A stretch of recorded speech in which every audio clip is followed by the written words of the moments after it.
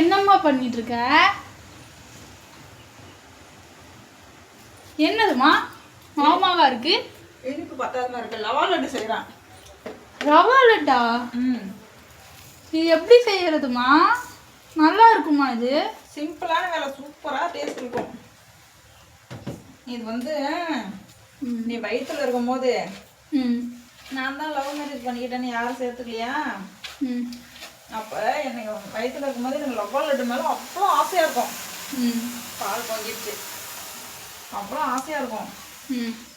எங்கள் அம்மா செஞ்சோம், அவ்வளோ டேஸ்ட்டாக செய்யும். எங்கள் சித்திக்கிட்டலாம் ஃபோன் பண்ணி கேட்டேன், சித்தி எப்படி செய்யுதுன்னு. அந்த ஒரு பேக்கு எல்லாத்தையும் அரைச்சி செய்யுன்னு சொல்லிடுச்சு.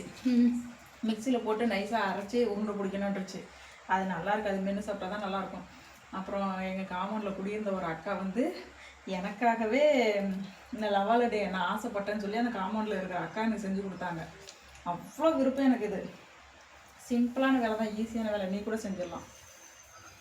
அவ்வளோ ஈஸியான வேலையா? நீ புட்டு செய்யறதுக்குள்ளே செஞ்சிடலாம். இது புட்டாவது வேக வைக்கணும். இது பால் மட்டும் காய வச்சு எடுத்து வச்சுக்கிட்டா போதும். ரவையை லைட்டாக நெய்யில் ஊற்றி லைட்டாக சூடு பண்ணி வறுத்த மாதிரி பண்ணிக்கிட்டு, பொட்டுக்கடலை வறுத்து எடுத்துக்கிட்டு, தேங்காயை துருவி தேங்காயை வறுத்துக்கிட்டு, சர்க்கரை எல்லாத்தையும் போட்டு ஒன்றா கலந்து வச்சுக்கிட்டு, பாலை ஊற்றி கொஞ்சம் கொஞ்சமாக ஒரு ரெண்டு உருண்டை பிடிக்கிற அளவு பால் ஊற்றி உருண்டை பிடிக்க வேண்டியது. அவ்வளோதான். அவ்வளோ ஈஸியான வேலை. இப்போ அப்படியே இந்த பாலை தூக்கி இதில் ஊற்றி நம்ம உருண்டை பிடிச்சிடலாம். சரி, உருண்டை பொடி என்ன ஷேப்பில் வருதுன்னு பார்ப்போம். நீ மாதிரி உருண்டையாக வருதா இல்லை முக்கோண ஷேப்பில் வருதா? பொடி நல்லா தான் வரும். இப்போ பால் ரொம்ப சூடாக இருக்கு பாரு. 20 நிமிஷம் இப்படி இருக்குல்ல. நல்லா குழியில் ஊற்றுப்பா நான் கறி குழம்ப. நான் எல்லாத்துக்கும் வந்து நல்லா இது பண்ணிட்டேன், நல்லா மிக்ஸ் பண்ணிட்டேன்.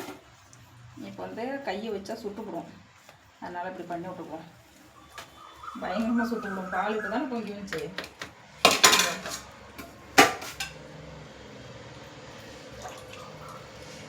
தண்ணிலாம் தொடாமல் தான் உருண்டை பிடிக்கணும்.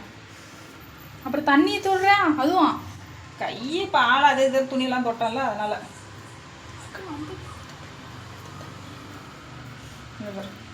அவ்வளோதான். அப்படியே உருண்டை பிடிக்கும் போது பொட்டுக்கல்லாம் நல்லா இருக்கு. கொஞ்சம் தூள், அந்த வெறும் தூளை சூடாக இருக்கு, இந்த இப்படி தூவி விட்டு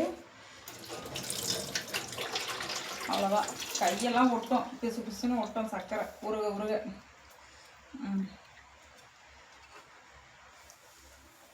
சூப்பர்ல. இவ்வளோதான், சிம்பிளான வேலை தான், சூப்பராக இருக்கும். இதை அரைச்செல்லாம் செய்யக்கூடாது. நம்ம மளிகைகள்லாம் வாங்குறோம்ல, அரைச்சி தான் செஞ்சு வைப்பாங்க. அது நல்லாவே இருக்காது, ஒரு டேஸ்ட்டே தெரியாது. இந்த மாதிரி மென்று சாப்பிட்டா தான் டேஸ்ட்டாக இருக்கும். பொட்டுக்கடலை வேணும் இன்னும் நிறையா கூட போட்டுடலாம். ஒரு சிலருக்கு பொட்டுக்கடலை பிடிக்கும், ஒரு சிலருக்கு பிடிக்காது. ஏன் எனக்கே பிடிக்காது பொட்டுக்கடலை போட்டால். எங்கள் அம்மா செய்வாங்க. அப்புறம் ஏன் இப்போ பொட்டுக்கடலை போட்டிருக்கேன்? நல்லா இருக்கும், எங்கள் அம்மா செய்வாங்க, சூப்பராக இருக்கும். பொட்டுக்கடலை போட்டால் தான் பாப்பா மென்னு கை சுட்டு பிடிச்சி. பொறுமையாக உருண்டை பிடி. வீடியோ பார்க்குறவங்க பாதியில் கட் பண்ணிட்டுலாம் போயிட மாட்டாங்க, ஃபுல்லாக பார்த்துட்டு தான் போவாங்க.